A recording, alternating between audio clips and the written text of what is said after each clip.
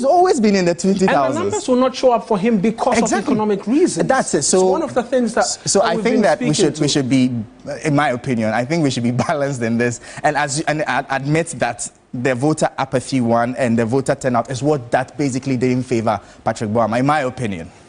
Which is something I agree with. Okay. And I will continue to say that it's why his win was surprising to me, because I expected him more appealing, because if you look at the NDC candidate in the past, yes, may have pulled, what, 17,000, 18,000 votes. There was the argument that would he have appealed to the NPP voters as well. And there was a lot of work that was done as well in that particular constituency. In fact, at some point in time, the former Attorney General, Marietta Brewer-Pong, was in that constituency along with Baba Sadiq, visiting the nooks and crannies and selling the message and selling the candidate as well. And so another thing which has done Baba Sadiq a lot of good is he's known, a known figure, three music awards, is known here and there and all of that. That also makes him a bit more appealing. And so we can make the argument about voter apathy,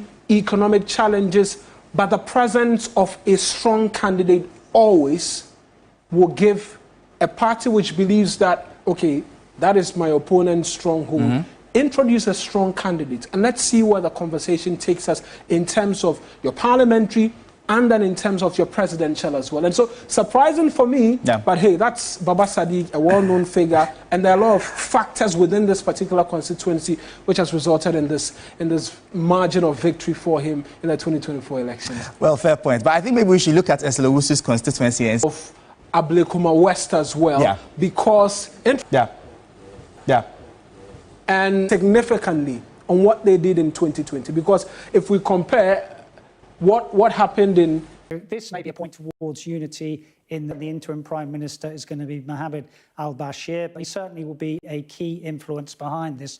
And if we look at Gilani, those who've studied Gilani over the years would know influence in Syria, and secondly, to get rid of Iran, which he saw as trying to establish a Persian and Greater Accra region, 70,000 plus votes. It was the first time a candidate had won Ayawaso West Wuogon, where there was a considerable level in terms of 2016 and 2020. But we saw in the presidency, John Dumelo's presence, whether you can, will go in a particular way as well. And so that is an argument that we'll continue to make. This is what the 2024 results. But just to chip in there, because you make a comment about the parliamentary candidates and how they do not put in place a system to get parliamentary candidates to help them whip more votes on the local level. That is why we saw Goom's exceptional performance in 2020, where he managed to get about 3% of the total votes and came out as the third force. Remember, he fielded about 80 parliamentary candidates, and that's the results that we are seeing here. So it's no surprise that Alan Kyerematen, for instance, and Bediako didn't get so much votes because there was no... And then whip that local support that he spoke about, like you said, in the case of Ayawaso West Wuogon, where John Dumelo helped make a difference there by getting John Mahama a lot more votes. But before we even go into that, the Ablekuma West conversation, I think Reverend Ado deserves a round of applause over here to be able to whip up over 5,000 votes in the NPP stronghold. And so it was 7,000 plus in terms of almost 6,000. So we can say 6,000 difference. But there was an thanking the indigents of Ablekuma West for the number of votes they had given him. I saw one around exhibition roundabout in the aftermath of the 2020 elections.